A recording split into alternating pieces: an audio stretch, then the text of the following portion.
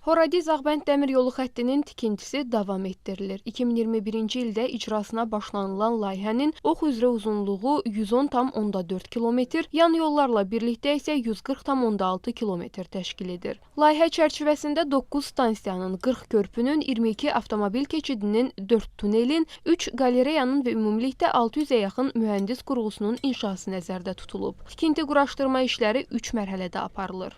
Birinci mərhələdə Horadiz, Yuxarı Mərcanlı, Şükürbəli, Soltanlı mənzilləri arasında işlər həyata keçirilir. Demək olar işlərin böyük hissəsi tamamlanıb. Artıq dəmir yolu vasitəsilə Araz İqtisadi Zona Sənaye Parkına yüklərin daşınması həyata keçirilir. İkinci mərhələ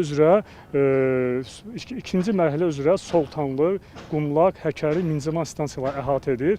Bu mərhələ üzrə də torpaq işləri və mühəndis qurğularının tikintisi artıq tamamlamaq üzrədir.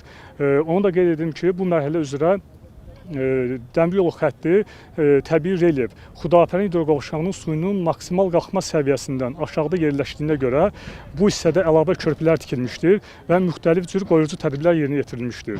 Onu da qeyd edim ki, bu mərhələ üzrə Azərbaycanın ən uzun dəmir yolu körpüsü inşa edilib.